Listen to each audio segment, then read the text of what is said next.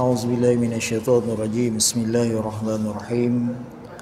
Assalamualaikum warahmatullahi wabarakatuh. Alhamdulillahi rabbil alamin. Wassalatu wassalamu ala asyrafil anbiya'i wal mursalin wa ala alihi wa sahbihi ajma'in. Rabbi shrah li sadri wa yassir li amri wahlul 'uqdatam min lisani yafqahu qawli. Allahumma aftah alaina hikmataka wa anshur alaina min khazain rahmatika ya arhamar rahimin. Nawaitu ta'alluma wa ta'lim wa tazakkura wa tazkir wa nafa' wal intifa' wal ifadata wal istifada wal hassa ala tamasuki bi kitabillahi al-aziz wa sunnati rasulih wa du'a ila al-huda wa dilalati ala al-khair ibtigha'a wajhillahi ta'ala wa ridha'i قربه وثوابه سبحانه. قال الله تعالى في كتابه الكريم بعد أعوذ بالله من الشيطان الرجيم وكل إنسان ألزمناه طائره في عنقه ونخرج له يوم القيامة كتابا يلقاه منشورا. Yang bermaksud, dan setiap manusia itu telah kami tetapkan amal perbuatannya sebagaimana tetapnya kalung pada lehernya, dan pada hari kiamat kami keluarkan baginya sebuah kitab dalam keadaan terbuka. Surah Al-Isra ayat 13. Saya mulakan lagi, saya hormati seluruh barisan pegawai masjid yang saya hormati, jawatan kuasa masjid yang hadir pada malam ini, para ustaz, para ustazah, tuan-tuan haji, puan-puan hajah, tuan-tuan, puan-puan, sahabat-sahabat ahli syurga yang dirahmati Allah sekalian. Kita mulakan majlis kita dengan menghadiahkan suratul Fatihah kepada kesemua ahli keluarga kita, jiran-jiran kita, guru-guru kita yang telah kembali ke rahmatullah terlebih awal daripada kita. Didoakan mudah-mudahan mereka senantiasa di dalam rahmat dan kasih sayang Allah Subhanahu wa taala. Sya'ulillahumul Fatihah. A'udzubillahi minasyaitonirrajim. Bismillahirrahmanirrahim. Alhamdulillahi rabbil alamin, arrahmanir rahim, maliki yaumiddin, iyyaka na'budu wa iyyaka nasta'in, ihdinas siratal mustaqim, siratal ladzina an'amta 'alaihim ghairil maghdubi 'alaihim waladdallin. Amin. Alhamdulillah, syukur kita kepada Allah pada malam yang penuh barakah ini dapatlah kita bersama-sama dan juga tuan-tuan dapat meneruskan majlis ilmu seperti mana pada malam-malam yang sebelumnya. Dan alhamdulillah kita bersyukur kepada Allah ini kerana Allah Subhanahu wa taala memilih tuan-tuan dan puan-puan sekalian untuk hadir ke rumah Allah. Dan jangan lupa untuk kita niat iktikaf. Mudah-mudahan pahala kita berlipat-lipat kali ganda ketika mana kita berada dalam rumah Allah ini. Insya-Allah pada malam ini kita akan membicarakan satu tajuk yang mungkin tuan-tuan dah selalu dengar, tuan-tuan dah selalu mentelaah dengan para asatizah yang berada di masjid tuan-tuan ini, ataupun mungkin tuan-tuan mendengar dalam media-media yang sedia ada pada hari ini, iaitu tajuknya adalah yang mana besok setiap dari kalangan kita pasti akan menemui ini dan pasti akan menjalani perkara ini. Dan disebutkan di antara perkara yang akan disebutkan oleh orang-orang yang Allah Ta'ala telah tetapkan ke atasnya kematiannya atau pengakhirannya selain daripada kematian yang baik. Maknanya bukan orang mukmin. Kita akan sebut kali pertama ketika mana sebutan nama kita yang pertama, ataupun kalau kata yang meninggalnya atau matinya bukan beragama Islam, ketika mana disebutkan akan namanya, maka dia akan pertama sekali menyebut secara automatik irji'un, irji'un. Setengah riwayat mengatakan diulang sebanyak 3 kali. Apa irji'un tuan-tuan? Kembalikan aku, kembalikan aku, kembalikan aku. Dan kalau kata walaupun dia Muslim, tetapi ulama mengatakan ada beberapa perkara yang mana jika seseorang itu walaupun dia Muslim, tetapi perkara-perkara ini tidak dilaksanakannya, iaitu 2 atau 3 perkara. Yang pertama, tidak menjaga solat fardunya. Jika orang ini di waktu hidupnya solat fardunya tidak dipelihara dan dijaga dengan baik, maknanya mungkin ada tertinggal atau sengaja tinggal, maka pastinya dia akan berkata seperti itu. Irji'un, irji'un, irji'un. Sebab itu tuan-tuan dan tuan-tuan, puan-puan sekalian, bersyukur kita kepada Allah kerana Allah Ta'ala menempatkan tuan-tuan dan memilih tuan-tuan untuk senantiasa memelihara solat. Setidak-tidaknya paling kurang kita datang solat berjamaah maghrib, isyak dan subuh. Jadi setiap daripada orang yang matinya dalam keadaan su'ul khatimah atau matinya tidak mengucap kalimah la ilaha illallah, maka dia akan menyebut irji'un, irji'un sebelum datangnya malaikatur ruman. Kita di besok ni tuan-tuan, ketika mana tuan imam masih ada lagi di atas, anak-anak kita, waris-waris kita masih lagi berada di atas. Kita di dalam kubur mendengar dan mengetahui siapakah yang datang, siapakah yang berjalan, siapakah yang dia ketika mana itu berbual, siapakah di kalangan mereka yang hadir pada malam itu atau pada hari itu dalam keadaan berkata-kata tentang yang tidak selayaknya, kita tahu. Dan siapa yang menangis, siapa yang menyampaikan doa kepada kita, yang menghadiahkan doa kepada kita.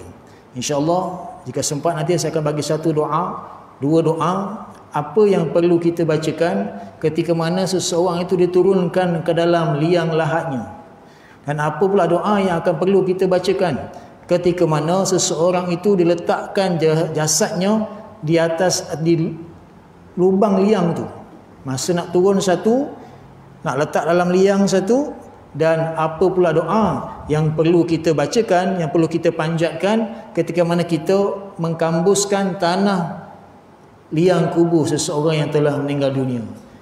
Seingat saya di waktu sebelum ini, sebelum PKP, saya pernah memberikan beberapa doa. Antaranya wa fiha nu'idukum wa minha khalaqnakum, yang kita ambil 3 kepala tanah tu. Yang ini satu doa nanti saya akan bagi juga nanti, adalah doa yang lain sikit daripada riwayat yang lain, daripada riwayat Ibnu Umar. Tuan-tuan dan rahmatullah sekalian, tajuk kita pada malam ini, insya-Allah saya cuba habiskan. Tak habis, ada rezeki akan datang. Taib, apakah dari sebelah sini malaikatur ruman? Nak cerita pasal malaikat ruman. Malaikatur ruman adalah yang pertama yang akan bertanya khabar tentang kita. Daripada Abu Hamid menyatakan dalam Kashful al-Ulum al-Akhir, terdapat satu hadis yang diriwayatkan oleh Ibnu Mas'ud radhiyallahu anhu. Dia bertanya kepada Rasulullah sallallahu alaihi wasallam, "Wahai Rasulullah, apa yang pertama sekali ditemui oleh mayat ketika mana telah dikebumikan?" Apa yang kita akan jumpa tuan-tuan? Bila mana besok kita masuk dalam liang kubur, masuk bukannya dikambus, masuk dulu. Masuk tu apa yang akan kita temui ketika mana kita dimasukkan ke dalam liang kubur? Lalu baginda menjawab, "Wahai Ibnu Mas'ud, tidak seorang pun yang bertanyakan kecuali kamu." Pertama sekali kata Nabi, dia dipanggil oleh malaikatur ruman yang bertugas menyelidiki keburukan para ahli kubur. Satu malaikat, kelompok malaikat yang diberi nama ke atasnya adalah malaikatur ruman, yang bertugas menyelidiki keburukan para ahli kubur. Dia tahu dah sebenarnya. Dia tahu daripada kita dekat rumah lagi. Kalau kata kita meninggal di atas jalan raya, na'udzubillah, atau di mana-mana pun kita meninggal tuan-tuan, malaikat ni telah tahu dah bagaimana seseorang itu. Antara dia tahu macam mana, antaranya adalah ketika mana roh seseorang itu dicabut, maka gegak gempitalah di alam roh dan bergembiralah, cerialah, meriahlah kawasan perkuburan yang akan dikebumikan jenazah seseorang tersebut. Di dunia pula ada lain sikit, antaranya adalah kematiannya disebut-sebut oleh orang tentang perkara kebaikan dia. Sebab itu kalau mana seseorang itu dalam keadaan nazak, ada disebutkan antaranya adalah digalakkan untuk kita memazankan di sebelah telinga kanan dia. Perlahan-lahan pun tak apa. Allahu Akbar, Allahu Akbar. Kalau rasa mungkin letih nak azan, pasangkan YouTube pun tak apa. Lazimkan, dengarkan dekat telinga orang yang nazak ini dengan kalimah-kalimah Allah. Seelok-eloknya adalah azan. seelok-eloknya. Nak bagus sikit, anak-anaknya, waris-warisnya bacakan surah Ra'du ke atas orang nazak itu tadi. Baru-baru ni tuan-tuan, saya pergi ke Pontian 2 hari lepas, kes nazak juga. Ustaz boleh tolong tengokkan, dia hantar video kedudukan ataupun suasana pakcik dia ni. Saya daripada Bukit Pasir terus pergi ke Pontian. Pukul 5 petang, pukul 8 saya sampai.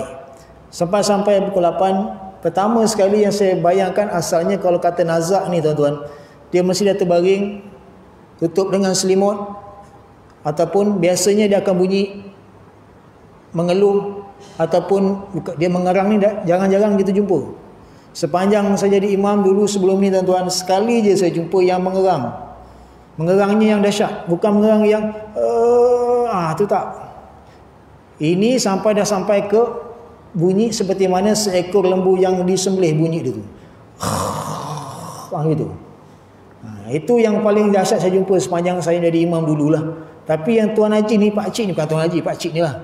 Pak Cik ni saya pergi, saya melihat pertama saya sampai, badan beliau kurus kering. Kalau saya ini kurus, dia lagi kurus daripada saya ni. Asalnya dia badan besar, tetapi nak kata terlantar, terbaring bertahun-tahun, tidak, baru sebulan. Kurus kering tuan-tuan. Logiknya dia akan terlantar, terbaring, paling tidak didiam. Biasanya kita akan jumpa, ada rezeki kita akan jumpa itu ada biasa. Tapi yang ini dia steady tuan. Steady, bila kita tengok muka dia, dia mula. Saya baca ikhtiar lah, saya ikhtiar sedikit, bacaan ruqyah dan sebagainya, doa-doa yang ada saya tahu, saya ikhtiarkan. Pertama sekali yang tindak balasnya adalah sedikit keluar anak mata dia ni. Daripada normal ni dia jadi terbeliak begitu. Dan dia pun berkata kepada saya, cubalah kalau boleh. Dia kata cubalah kalau boleh. Saya bertunduk, kita faham lah tu, maknanya heavy lah. Kita tak syak apa-apa. Ketika mana terkeluar mata, yang anak mata yang putih ini berubah menjadi kekuning-kuningan. Dan akhirnya beliau pejam mata, keluar air mata. Kalau kita dalam kitab ini, tanda-tanda husnul khatimah adalah keluarnya air mata yang sedikit. Dia keluar air mata. Ataupun berpeluh di dahinya, tapi yang ini dia keluar. Tanda-tanda lain semua dah ada tuan. Ni jatuh. Kedua-dua ibu jari kaki kanan kiri jatuh. Yang tak nampak tanda adalah perut ataupun nafas yang berombak. Itu belum lagi. Difahamkan tadi telah meninggal dunia. Innalillahi wa inna ilaihi raji'un. Saya sempatlah ziarah pak cik tersebut.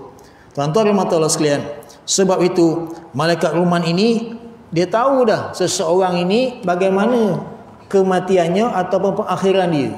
Bergantung dari mana tuan-tuan? Bergantung dengan suasana yang berlaku di alam roh.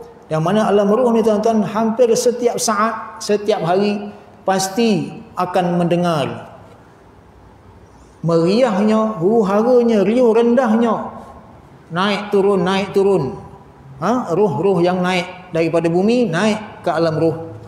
Sebab apa tuan-tuan? Kematian itu senantiasa berlaku mungkin setiap saat, mungkin setiap minit. Cuma yang kita tak tahu. Jadi kata malaikat Ruman, dia kata, wahai hamba Allah. Ini bila ni tuan-tuan? Bila ini? Ketika mana kita disebutkan nama kita yang kedua. Contoh nama saya, wahai Syahril bin Surib. Ada setengah tempat wahai Syahril bin kepada ibu. Satu hadis tu, kenapa kalau tak tahu bin apa, bintikan kepada atau binkan kepada ibunya. Kalau tak tahu nama ibunya, bin atau bintikan Hawa, isteri kepada Nabi Adam alaihissalam. Baik, jadi kata malaikat, wahai hamba Allah, tulislah semua amalmu. Ini disebutkan, tulislah amalmu ni. Kita dalam keadaan didudukkan. Tuan-tuan boleh rujuk banyak kitab. Dalam banyak yang diceritakan, diriwayatkan adalah kita akan didudukkan setelah nama kita disebut pada nama yang kedua. Sebutan yang pertama, terbuka mata. Buka mata, dapat mendengar tapi tak dapat nak bercakap. Dapat mendengar tapi tak dapat nak bercakap. Dan kita tahu siapakah yang datang, siapa yang bacakan talqin. Kita tahu yang baca ni Tuan Imam sekian-sekian. Yang baca ni kalau anak dia, anak aku baca. Kalau kata yang mengazankan, ada setengah tempat nak masuk liang kubur diazankan. Di tempat kita ni tak ada. Tempat kita ni banyak yang kita jumpa adalah Al-Fatihah 3 kali. Nak keluar pada rumah, Al-Fatihah, Al-Fatihah, Al-Fatihah. Buat boleh, tak buat pun boleh. Kan? Di tempat kita memang Al-Fatihah 3 kali. Pun ada sandaran juga. Kalau di Pantai Timur, di utara, tuan-tuan mungkin ada saudara mara mungkin pernah pergi ziarah kematian yang berada di sebelah-sebelah sana, mereka akan azankan ketika mana keluar daripada rumah. Keluar jenazah dari pintu rumah, Allahu Akbar, Allahu Akbar. Ada pula dia tengok. Kadang pergerakan perlahan, perlahan. Ada jalan laju. Kalau yang mengaji pondok, dia akan cepatkan pergerakan. Kalau di tempat kita ada tahlil.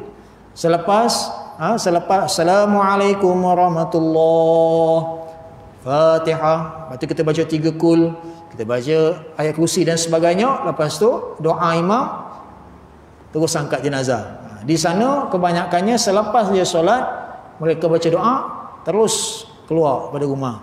Rumah si mati, kalau kata nak diazankan, diazankan. Ada pula yang mengazankan di dalam liang kubur. Ada juga. So di tempat kita di negeri Johor, kebanyakannya adalah seperti yang saya sebutkan tadi, Al-Fatihah sebanyak 3 kali. Jadi kalau nak buat juga, tanya dulu Tuan Imam.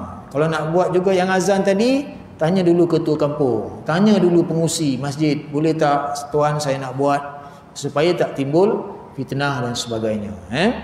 Baik. Jadi ketika mana didudukkan kita ni besok disandarkan. Saya pernah bincang dengan tuan-tuan sebelum ini, bagaimana kita sandar di belakang besok menghadap Tuan Imam ketika mana membacakan talqin sebelum datangnya Munkar dan Nakir. Nanti kita akan bincang tengok Munkar dan Nakir ni datang sama ada dia datang secara berpisah. Munkar dia pergi dulu, Nakir duduk belakang. Dalam satu hadis lain dia kata Munkar Nakir ni saling bergandengan tangan, dia berpegang tangan.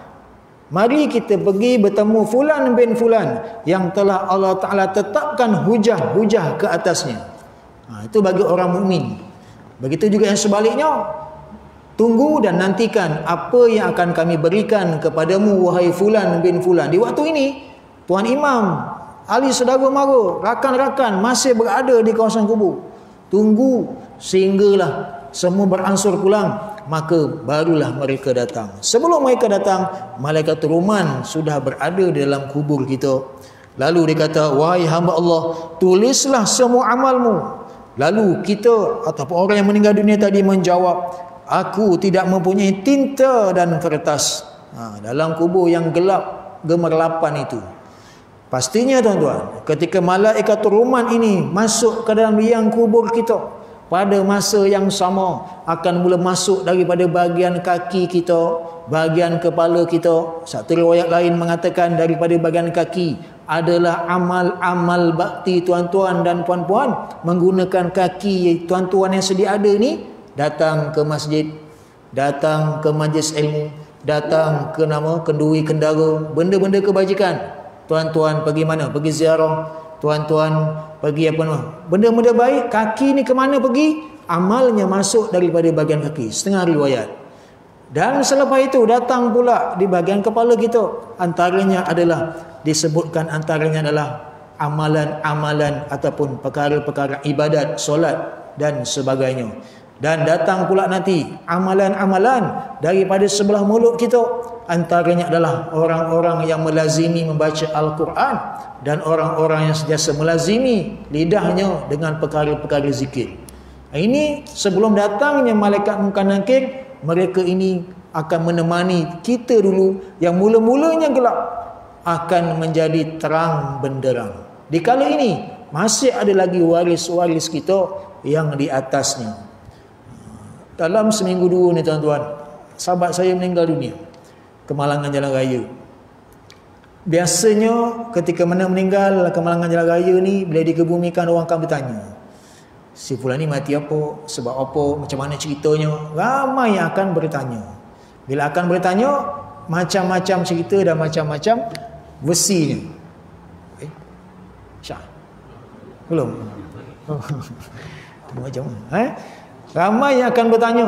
Di waktu itu saya mencadangkan para imam, kalau kata pengurusi kharat atau tukang gali kubur ni, boleh beri sedikit taklimat. Jangan marah, jangan kata kita redik. Tak, kita beri taklimat sedikit. Mohon jasa baik tuan-tuan dan puan-puan sekalian, supaya berhenti daripada berkata-kata tentang almarhum ni. Kalau boleh jangan cerita dulu.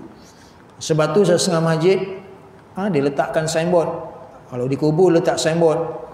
Jadi imam boleh sebut, tuan-tuan, mohon jasa baik tuan-tuan, kita berhenti ataupun tidak bercakap yang pelik-pelik tentang semati.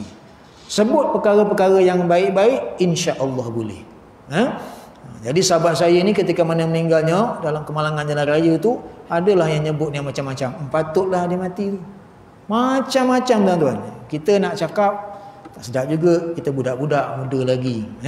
Jadi tuan imam ada satu autoriti untuk bercakap. Boleh beri nasihat, taklimat supaya menghormati dan membantu si mati ini. Besok kita mana meninggal, besok kita mati pun kita harap benda yang sama. Jadi dia kata, jadikan kain kafanmu sebagai kertas. Kain kafan kita sebagai kertas. Di waktu itulah kita melihat dan menyaksikan kain kafan kita. Duduk saja, maka kain yang di atas kepala tadi jatuh melorot, Jawa panggil melorot, jatuh sampai ke bahu. Satu riwayat lain sampai ke pusat. Yang pastinya kain tu akan jatuh ke bawah. Dan kita dapat melihat kain ni, kita pun akan teringat dan terkenang siapa yang tadi memandikan kita, siapakah tadi yang mengkafankan kita.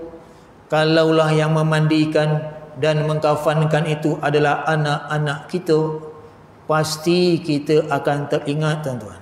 Pasti dan pasti. Sebab itu satu riwayat lain mengatakan kenapa kita Al-Fatihah 3 kali itu, ada ucapan-ucapan kita besok. Di kala itu roh kita berada di sekeliling keranda tu. Al-Fatihah yang pertama, Al-Fatihah yang kedua, Al-Fatihah yang ketiga itulah yang menggamit perasaan kita. Apa yang kita kata, wahai anak-anak dan isteriku dan keluargaku yang kutinggalkan, sesungguhnya apa yang telah kukurniakan, apa yang telah aku rasai, harta yang ada pada aku hanyalah tipu daya duniawi sahaja. Janganlah jadi seperti aku. Dan ketika mana kita tengok kawan-kawan yang mengusung ni, sebab tu kadang ada kawan-kawan ni kita pesan kan, semua sama, jangan ada yang tinggi sangat, rendah sangat, tahan dulu. Nak letak kat bahu, letak kat bahu. Kalau nak bawah, letak bawah.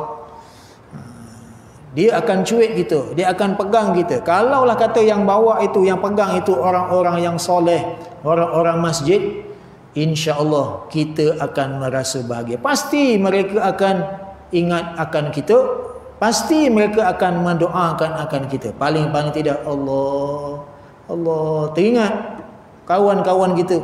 Beruntunglah orang-orang yang bersahabat dan berkawan dengan orang-orang soleh dan orang-orang masjid. Lalu kata malaikat Rahman, dia kata, tuliskan amalmu, jadikan kain kafanmu sebagai kertas, air ludahmu sebagai tintanya, dan jarimu sebagai penanya. Kain kafan, dia tengok kain kafan yang sampai pakaikan tadi, kita pun teringat. Lalu kita dengan keadaan terpaksa pasti menulis. Daripada kita diciptakan, dilahirkan sampai tadi kita mati. Kalau tadi yang solat maghribnya terakhir ni tadi ni, maka kita akan teringat, last tadi aku sembahyang kat tepi, last sekali datang ceramah lambat ni saya. Last, apa yang saya buat last, saya akan tulis. Daripada mula saya hidup sampailah tadi yang terakhir. Kalau tadi solat isyaknya solat isyak yang terakhir, kalau tadi selawatnya selawat yang terakhir, kalau tadi roti canai yang terakhir, kalau tadi rojak yang paling sedap yang terakhir yang kau jumpa. Yang tak masuk nasi biryani kerja kahwinnya belum lagi. Pun nanti kita akan tulis, tuan-tuan. Sahabat kita senantiasa istiqamah buat rakaman kan. Pun tulis. Pahala 10 kali ganda. Masya Allah, tabarakallah. 10 kali ganda saya cakap. Dapat pahala di situ. Kita akan tulis daripada kita lahir sampailah kita meninggal tadi. Lalu air ludahmu sebagai tinta, air ludah kita ni. Orang-orang yang melazimkan diri dengan membaca Al-Quran. Dia belajar huruf sebutan alif. Ada orang sebut alif, ada orang sebut alif, ada orang sebut ba, ada orang sebut huruf va. Dia nak menggayakan tu. Sebutan-sebutan huruf Al-Quran tadi, paksa diri dia untuk berusaha jadi yang lebih baik. Kalau dulu tahun lepas bacanya mungkin macam ini, tambah baik jadi sebutan yang lebih baik, maka pahalanya berganda-ganda dekat situ. Maka air liur tadi ni akan menjadi dia punya dakwah dia. Dan jari ni, muslimat kita bawa pen, bawa pensil. Kalau lelaki dia bawa handphone dia. Bawa handphone dia mungkin rakam mana yang patut. Paling tidak dengar, hafal. Kan? Paling tidak dapat banyak-banyak dalam setengah jam perkongsian ilmu ni, dapat 1 poin. Contoh, itu pun akan menjadi poin kita. Apatah lagi orang yang belajar Al-Quran. Bismillahirrahmanirrahim. Dia baca satu-satu, maka besok ini jari telunjuk tuan-tuan ini akan menjadi salah satu pena ataupun cahaya yang menerangi kubur tuan-tuan. Beruntunglah bagi mereka-mereka yang melazimkan hidupnya, masanya dengan Al-Quran. Taib. Lalu dia kata, hamba itu lalu mula menulis walaupun di dunia tidak pandai menulis. Pada masa itu dia dapat mengingat semua kebaikan dan keburukannya dalam satu hari. Tuan-tuan, soalan mungkar ni dan nakir ni ada riwayat paling cepat 3 hari, paling cepat ada kata 7 hari, paling cepat 40 hari. Ada juga paling cepat sampai 70 tahun, tak selesai soalan ma rabbuka. Itu pun bergantung kepada amalan masing-masing. Jadi dalam masa sehari kita boleh ingat semua amalan-amalan yang kita buat tanpa ada satu pengecualian, tanpa ada satu benda yang kita ingin sembunyikan. Kalau dekat dunia mungkin boleh elak-elak lagi. Aduh, tak cerita lah. Tak apa. Tapi di sana nanti saya pastinya tuan-tuan kena tulis apa yang pernah saya lakukan. Kemudian malaikat tersebut melipat potongan kain itu dan menggantungkannya pada leher orang itu. Dah tulis semua ni, serah pada malaikat, lalu malaikat akan ikat di bahagian leher kita dan ia akan berkekalan sampailah kita di mahsyar nanti. Gantung leher itu. Lalu kata Nabi, Nabi kata pada masa itu dia akan terkejut. Saya tuan-tuan, dia akan terkejut dengan kedatangan 2 malaikat yang menyoal di dalam kuburnya. Kan?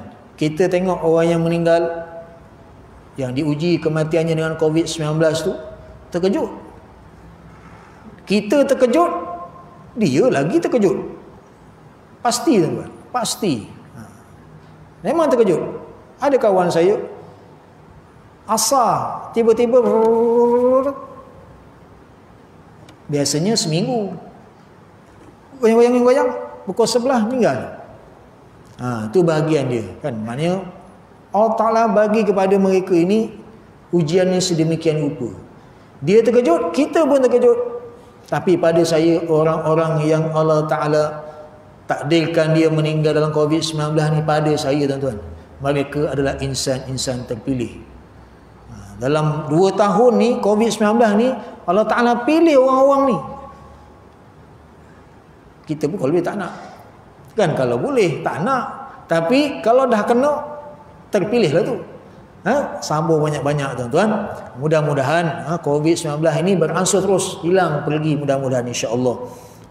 Lalu kedua malaikat itu yang berwarna hitam. Warna hitam, bukannya warna putih, bergantung kepada amalan. Pastinya kedua-dua malaikat itu berwarna hitam.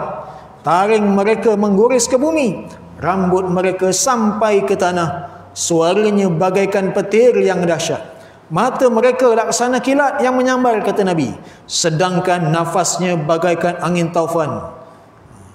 Cerita je pun dah macam gitu. Ini cerita nampak macam tak berapa nak jadi. Dia jadi nanti dalam kubur pun jadi. Itu pasti. Kalau boleh WhatsApp orang dalam kubur tu nak tanya juga. Masalahnya tak boleh. Kadang-kadang paling canggih pun kita akan mimpi, dalam mimpi dia datang. Bukan dia datang, roh tu datang. Atau bagaimana, kadang-kadang jumpa waktu keadaannya dalam keadaan seperti mana dia sihat. Kadang-kadang kita akan jumpa, kalau seorang yang mimpi okey lagi. Kalau 2-3 orang adik-beradik, anak-anaknya mimpi, dah kena timbang-timbangkan. Bermimpi, kalau tuan-tuan tengok di mimpi, tuan-tuan mimpi separuh je badan dia, tuan-tuan kena rujuk juga cepat-cepat. Tuan Imam ku, orang-orang ustaz yang pandai tafsir mimpi ni, kenapa ustaz saya tengok almarhum ni, arwah ni, saya nampak separuh je badan dia. Ada yang pernah jumpa saya kat baru ni, dia kata saya nampak kepala je ustaz. Dia ada tafsiran dan terjemahan. Tetapi itu hanya mimpi. Walau bagaimanapun, banyakkan hadiah doa supaya roh-roh mereka dalam keadaan senantiasa diberikan pertolongan dan bantuan. Selain daripada doa anak-anak tadi, tak lain tak bukan ni masjid kita ni, mungkin dia infak, tabung, infak dekat imarah untuk tambah baik, bayar top up ke apa ke dan sebagainya. Itu semua besok mengalir terus kepada dalam kubur kita besok. Baik, tuan-tuan rahmatullah sekalian. Lalu kata Nabi lagi, kedua malaikat itu memegang palu besi yang seandainya dikumpulkan seluruh jin dan manusia, mereka tidak mampu mengangkatnya, dan jika dipukulkan pada gunung yang paling besar, maka gunung itu menjadi rata. Mana mungkin tuan-tuan, kalau Allah Ta'ala bukakan hijab kita ini, dapat mendengar, Allahumma musta'an. Jadi kalau ada di kalangan anak-anak kita, cucu kita yang nampak ke, yang dengar ke, yang kata ini, gitu, gini, tuan-tuan, pertama sekali saya pernah bagi sebelum ini, bacaan surah Yasin ayat 1 hingga 9. Yasin sampai la yubsirun.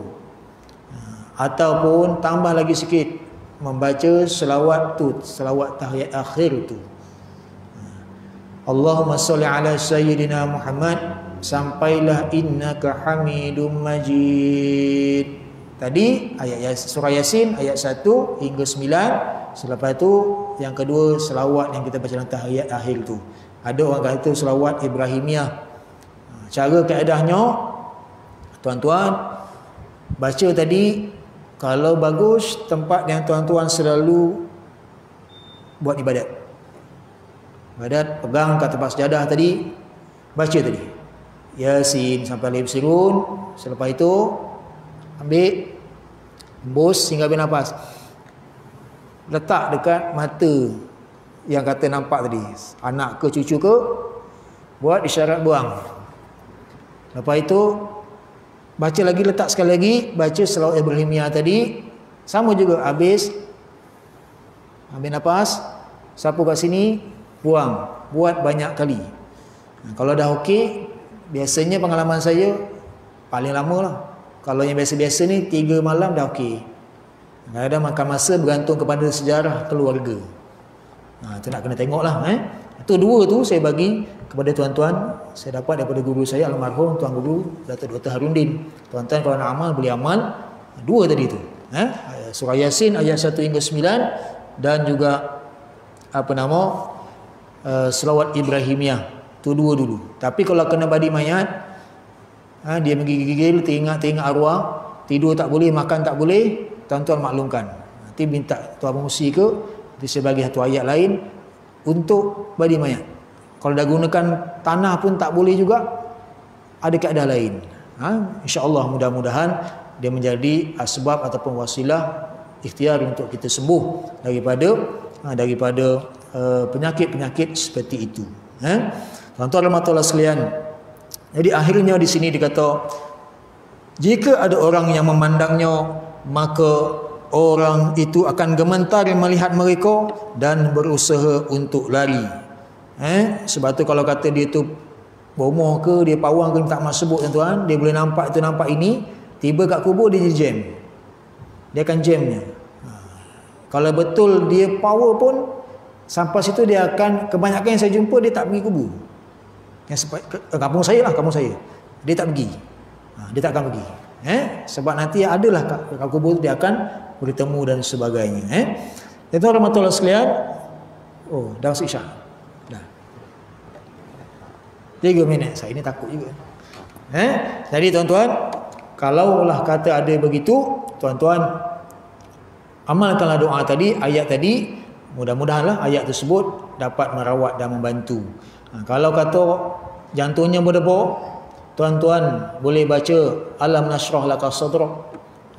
Dia tengok jenazah, ataupun balik daripada kubur, tengok atuknya balik, anak cucu tengok dia bergementar, boleh baca alam nashrah laka sadrak, surah tu Al-Insyirah sehingga akhir ayat.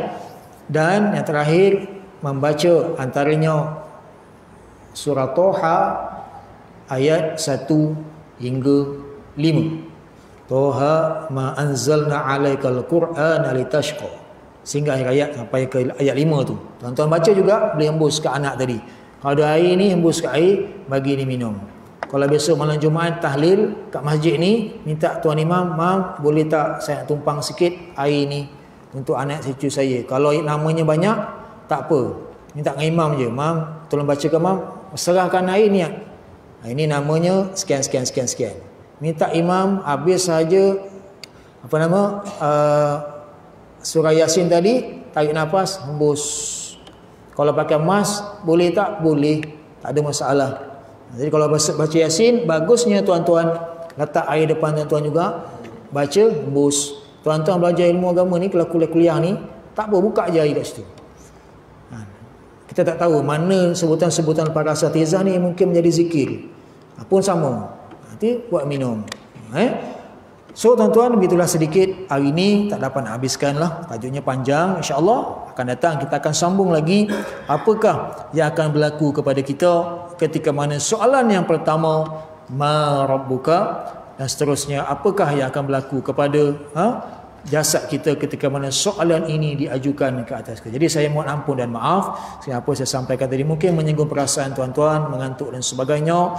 Mudah-mudahan apa yang saya kongsikan juga sedikit sebanyak dapat diambilkan manfaat dan iktibar. Mudah-mudahan kita semua dimatikan dalam keadaan husnul khatimah. Tutup majlis kita dengan bacaan doa tasbih kafarah dan suratul As. A'udzubillahi minasyaitonirrajim. Bismillahirrahmanirrahim. Alhamdulillahirabbil alamin, wassalatu wassalamu ala asyrafil anbiya'i wal mursalin wa ala alihi washabbihi ajma'in. Allahumma iftah alaina hikmataka wa anshur alaina min khazaini rahmatika ya arhamar rahimin. Radina billahi rabba wa bil islami dina wa bi Muhammadin nabiyya wa rasula. Rabbana atina fid dunya hasanah wa fil akhirati hasanah wa qina azabannar wa qina azabil qubur wa qina azabil qubur wa qina azabil qubur. Wa sallallahu alaihi wasallam Muhammad wa alihi wasallam. Alhamdulillahi rabbil alamin. Subhanakallah. Assalamualaikum warahmatullahi wabarakatuh.